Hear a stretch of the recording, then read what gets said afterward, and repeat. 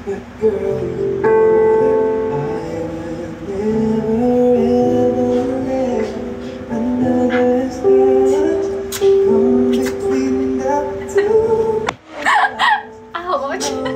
No, malalaman yung matibay talaga yung table ko na binili.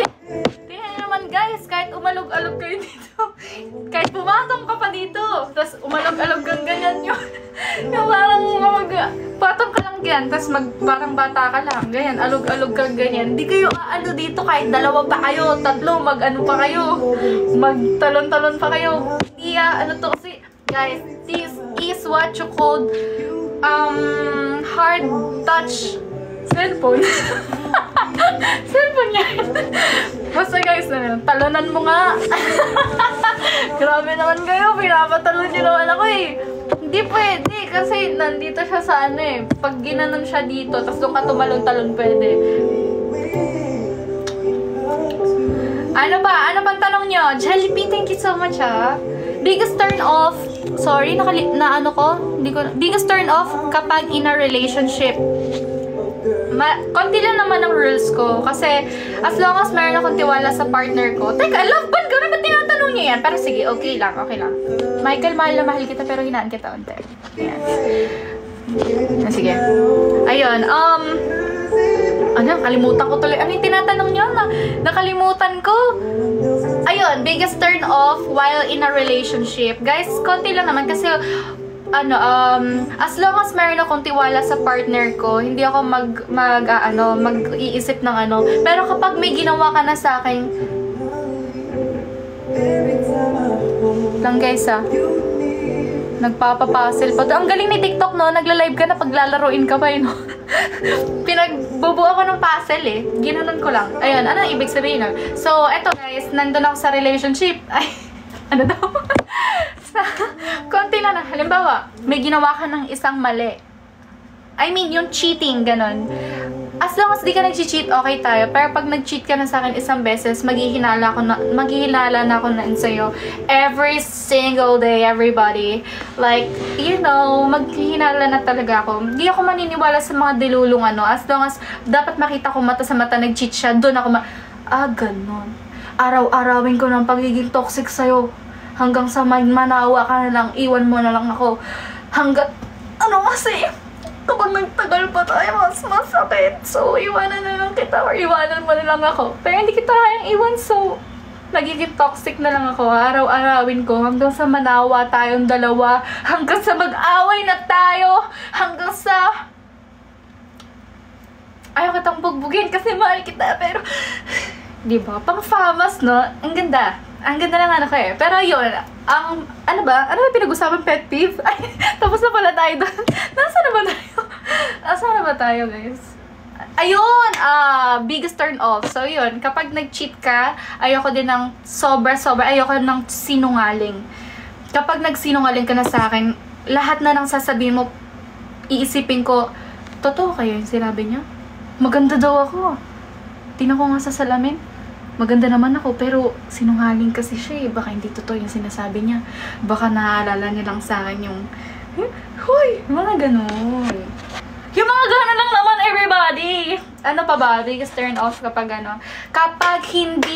Kapag hindi marunong makisama sa pamilya ko. Matatanggap ko pa kung di marunong makisama sa friends ko, pero sa family ko, kasi guys, ako ay family oriented. So kapag hindi marunong makisama sa family ko, sa akin yun, 'di ba?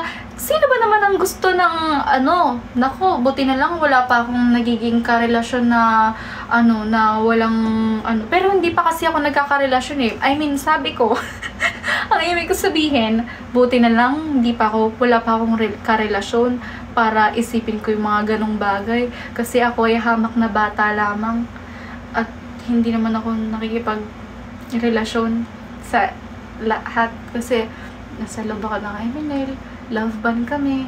Tsaka hindi pa yun para isipin ko kasi 21 pa lang ako. Tsaka bata pa ako. Wala pa akong karanasan.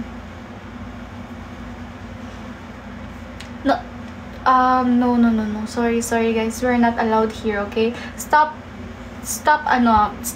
bragging about it. Ano daw? Please, can you guys please change the topic? Like, topic, you know, because... Okay, cut. Okay, what's your red flag, Amy? Red flag ko?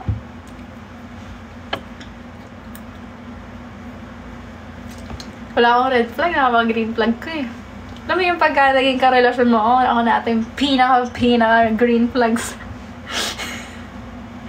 Pinaka-green flag lang. Wala kayong masasabi. Mabait ako. Tanong nyo sa lahat. Tanong nyo sa lahat, guys, kung gaano ako kabait. Wala akong ano. Ang red flag ko lang, wala eh. Wala akong red flag eh. Kumbaga, parang kapag ginrab mo yung opportunity, ayun na yung opportunity. Gagrab mo na lang, ayun na eh. Ako yun eh. Ako yung opportunity. I am the opportunity, everyone. Karding, thank you, pare. Ano ba? Parang ganyan, parang. Burp ka sa mic, Amy. Lang sa mga trip niyo, no? Lasang amats yung mga pinapagawa niya, mga kakaiba eh, no? Thank you. Thank you, Sedong. Thank you, Riri. Thank you, Coco.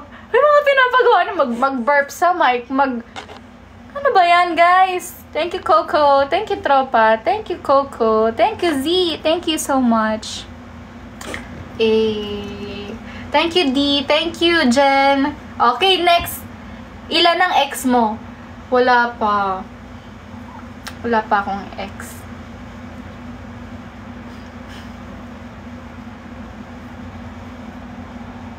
Backflip ka po. Backflip ako. Oy, kaya ko yun. Baka hindi nyo alam, kaya ko yun. Pag nagawa ko, magsasend kayo ng lion, no? Ano? Pag ginawa ko yung backflip, magsasend kayo ng lion. Wala, di kaya. Excuse me. Ayan, nagawa ko na. Nag-burp na ako. Coco, thank you, MJ. Ideal type Amanda. Excuse me. Excuse me. Coco, thank you, Ellie.